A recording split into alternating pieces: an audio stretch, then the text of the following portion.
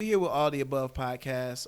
We're having a conversation. We're doing Rising Senior Camp, and we have Raushanah here that's gonna have some discussion. We have two interviews. We have our intro speaker, Brandon Williams here. We're gonna have a quick discussion about a couple things. Did a presentation, and before we got out here, Raushanah had a good question that she wanted to know, and I said let's ask him. So, what's the question you had, Raushanah?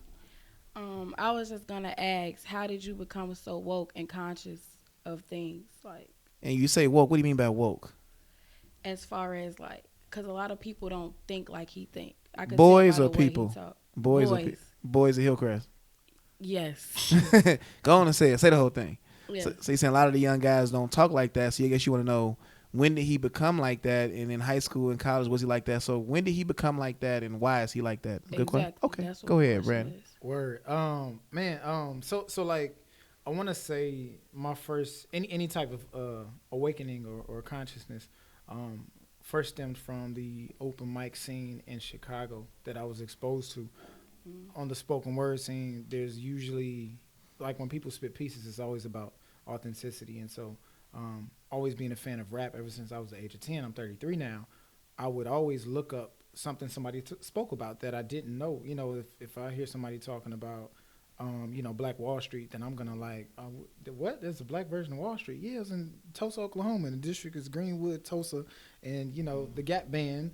Charlie Wilson, right? Charlie Wilson from the Gap Band, Greenwood, Archer, and Pine. They had a song called "You Dropped a Bomb on Me." They talk about how, like, the U.S. dropped a bomb on the neighborhood, but it was also a metaphor for, like, you broke my heart, right? So anyhow, like, stuff like When that. did you know that? How old were you when you knew that? When you found that out? I found that out. I want to say it might have.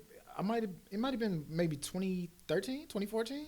I So saw an interview, I think, with Charlie Wilson, and he was breaking down the whole idea of, like, the Gap Band, and then I think at the end of the song it said something like, "You never should have did it," or "Will never forgive you," or Wow, something like that. I was today years old when I knew that. I heard that song before. I thought it was all Yeah. about a breakup. So it was a message in the music back then. Word. Wow. And so my thing is, I Greenwood, Tulsa, Oklahoma. I want to say it was a district that had, like, over, like, 500 businesses. Like, black folks had an airport, and so the poor whites didn't like it, and so they came and rioted in there. So if you look up the Tulsa race riots, it's in there. But hip hop and rap and spoken word is always encoded messages, right? It's always been coded language, and so what I like to do is dissect it. And so once I understood how to dissect it, and I like listening to it, I said, well, I want to put this stuff together. So in the How piece, old were you when you got that? Well, give me the first song you decoded. one of the first songs I decoded will probably be let me see, they had, like, a historical context to it. Just any. It could be any hidden message you found in a song. Let me see. Outkast, Elevators by Outkast. In the last verse, Andre says, I live by the beat like you live check to check. And if you don't move your feet, then I don't eat, so we like neck to neck. Because he was talking to a dude that stopped him in the mall, and he's like, "Yo, man, I really like what you do, but I know you probably balling." And he's like, "Listen," he said, "I replied that I've been going through the same thing that he has. True, I got more fans than the average man, but not enough loot to last me to the end of the week. I live by the beat like you live check to check." So he just like, "Yo, listen, man, I know I'm famous because I'm doing music, but I'm not that much richer than you. I have to do things every single day." And how old were you when you figured that out? I was 10 when I heard that song. You know what I'm saying? And so I just like the sound of it. And so I can really blame hip hop for a lot of my education, informal education, and growing up, because being able to decode and encode messages using art, it makes it palpable, makes it listenable and likable. And so, So was you woke in high school? was I woke in high school? That's the next question. I guess to an extent, yeah. I mean, I kind of knew what was up and what wasn't up, and I was smart. I come from a family of, like, salespeople and, like, politicians, so it's like I know how to, like, play both sides of the fence. I know how to, like, move in a room full of vultures. Another rhyme lyric. I forgot who said that. It might have been Jay-Z. Anyhow, no, that is Jay-Z. From H to the Izzo. Anyhow, I'm a DJ too. But yeah. High school is just definitely knew what was what, and then I want to say around 17 is where I started really jumping into spoken word. So I always loved rap and loved technical rap. So I love, like, Outkast, Eminem, Busta Rhymes, right? And then when I turned 17 is when I saw Def Poetry Jam. I saw Black Ice from Philly on Def Poetry Jam, and I heard him, and I said, he just rapping without a beat. I was like, I can do that, because if I'm on a song, I got to only do 16 bars. And so then I said, all right, all my raps just going to be going on and on and on. You remember your first piece you ever did that you performed? I don't remember it. I remember my first rap I ever performed. What was it called? It was called Real Soul Food. I was in 7th grade. And Black Rob had the song Whoa. I remember that. Whoa, right? So you know about Whoa? Kind of. I'm gonna play it one day. Yeah, like Whoa, come through in the dump truck. It was a classic. And so we had a talent show, and me and my friend Joseph, I said, yo, we finna dress up like bums, and I got this rap about food, and all you gotta say is like Whoa. So I did my rap part and passed him so he could say that. So I was like, I be eating chicken, like Whoa, and the chicken's really finger licking, like Whoa. That's and it funny. Was, it was ill. But, all right. Go ahead. A Question. So since you speak the real talk, do you ever feel like you got to live up to a standard? I used to feel like that. So I guess it's still yes, but it's a different standard. Before I used to feel like, I got to have the dopest rhymes ever. I got to make sure that I'm better than other people. But if you measure yourself on somebody else's benchmark, you limit that, right? It's like if my race is the 100-meter dash and I see you and I'm trying to compete with you, I don't know that your race is the 50. So once we get to your finish line, I slow down and I don't finish my race all the way through. And so I stopped using other people as a benchmark to measure my talent and my success. And so I told myself my new standard is to be honest and vulnerable, because vulnerability is truly a superpower. When you're true to self, you're true about things that you might be insecure about, you get to own it. No one gets to make fun of you. No one gets to say, I exposed you. And it's like, no, I kind of like exposed myself.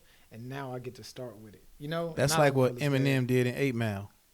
Definitely, yeah. Because he took all the stuff, and then, he was like, I do live here. I'm this, I'm that. Because dude ain't had nothing to say. He was just sitting there like, and that brings me to my one of my last questions. What role do you think education has in shaping like you on your journey? So you say you had the song lyrics, and you are a college graduate, right? Yes. Because a lot of times you see rappers, they didn't go to school, they dropped out, wasn't for them. I have an interesting story about that. So since you are a college person, and you teach at a college now, right? I just ended the contract. It was just 1 So year you contract. did. So you taught at a college. You are a college person, and what role does education play in all of this? Would you say at the higher level, higher education? So in higher education, I want to say I really started to take my art serious when I was toward the end of my college career at SIU Carbondale, and that's when someone first hired me. That's when I first started getting paid. Right? Somebody like, hey, we want to pay you to host this fashion show, and I'm like, what? SG Rose was like, hey, we want you to host. I'm like, they're like, how much? I'm like, I don't know, 100. They're like, okay. And I was like, dang, I just got $100 just to get up and introduce people. And so then that turned into getting paid to feature and so on and so forth. But I would say education, the role it played was, I guess I learned more outside of the classroom than in the classroom. I guess the classroom just taught me how to, I guess, kind of like follow rules, but the experience is the best. I hear teacher. you co-signing over there. but experience is the best teacher, and so I guess in the classroom it taught me different formalities, but on the college level it taught me everything is nothing's given. You got to go get it, because high school, everything, you go to this class, that. But in college, it's like you show up. You don't show up, you get kicked out, And so you need to change your major. You got to go do that. You need to go to talk to your advisor. You have to do this. You have to pay your bills. If you don't do that, you have to go get this signed and then get your balance down to less than $2,000. Otherwise, they won't let you register for a class. You know what I'm saying? So you have to do these different things. But what education taught me is how to kind of play the system as well, the system that is education. So figure out how to learn and benefit from information. Say that again. Hold on, I'm snapping fingers. Rewind and say it again. You learn how to what? Learn how to benefit from the system that you are in, that you are experiencing. And so not just learn the lessons that they want to give to you, but to keep a metaphor going, if they're handing you this water, study their fingers and their hands and study the body that it's attached to. Study the label of the water. Study why are they giving me this type of water, not the other kind. Sometimes it's the questions deep. that you don't ask. That's a class right deep. There. That's deep. A class, because if you look at it like that, then you're a student of your situation, student of the experience. You're a student of the moment. Yeah. And if you're a student of the moment, there's power in that. because you're always learning and teaching. And what was your major in college? I'm curious. My major, so I changed my major like 3 times. So first I went in, it was business, because when you fill out the college app, they like, what do you want to go in and study? And so I knew that it was gonna look good if I, stood up at church like, oh, so we got Brandon Williams, he's going to Southern Illinois University, Carbondale. Oh, praise the Lord, and he'll be studying business, versus you hear that all somebody the time. else, he going to college and is undecided, right? And it's like, and I just based off of the validation, right? I'm like, oh, okay, let me do this for validation, right? So business, then I changed it to radio, television. Then I changed it to journalism, news, editorial. Then I changed it to journalism, advertising, and that's where I ended at, because I fit there, and it came easy to me. And so, the greatest thing to do is, when I talk about experiencing outside of the classroom, is to find a lesson in plain sight. Like I used find to always, a lesson in plain sight. I'm gonna say it again. Sight. Find a lesson. Where the camera at? Look, turn away. Find a lesson in plain sight. Go ahead. Plain sight, because that's they're dope. All around. And so early on, you see me, I always have a book bag, and that was like symbolic of me being a student of life. And so the universe is your university, right? Understand that it isn't just within the classroom where you learn things. And so I learned commerce. I learned different branding strategies and stuff like that. And so now these different things I teach and pass on. And I encode them in my rhymes. So it's like educational rap, but when you hear it, you don't think that you're going into it trying to learn a lesson. But it's, you just keep nuggets in there. I got a line in one of my raps where I talk about traveling. And I said, the guy says, it's like a dialogue. I said, do you do this full time, or is it just on the side? I reply that I do. Talent is God-given. This is hard living mixed with sick raw spitting. Saving money from my merch sales just to rent a venue was my large mission. Pay myself and some others that I like to bring a co-op audience. Draw with them. Pay Carlos for designing them flyers, get the high-res files and market them. Watch, rinse, repeat the same thing when you started it. Because you only get better with time and make more money if you never stop in it. They say Jesus was a carpenter, so be a fisher of men. Dangle the bait where the carp enter. Man, you just gave my whole business plan. You did. You gave him a model. You gave him a model. So, that's all we got, because we got to get another student in here. But we appreciate the time. Thank you for coming to Rising Senior Camp. And we'll post the video. You guys can answer questions about it to make sure you understand, like to share the information. A lot of nuggets I give in here. We appreciate Raushanah.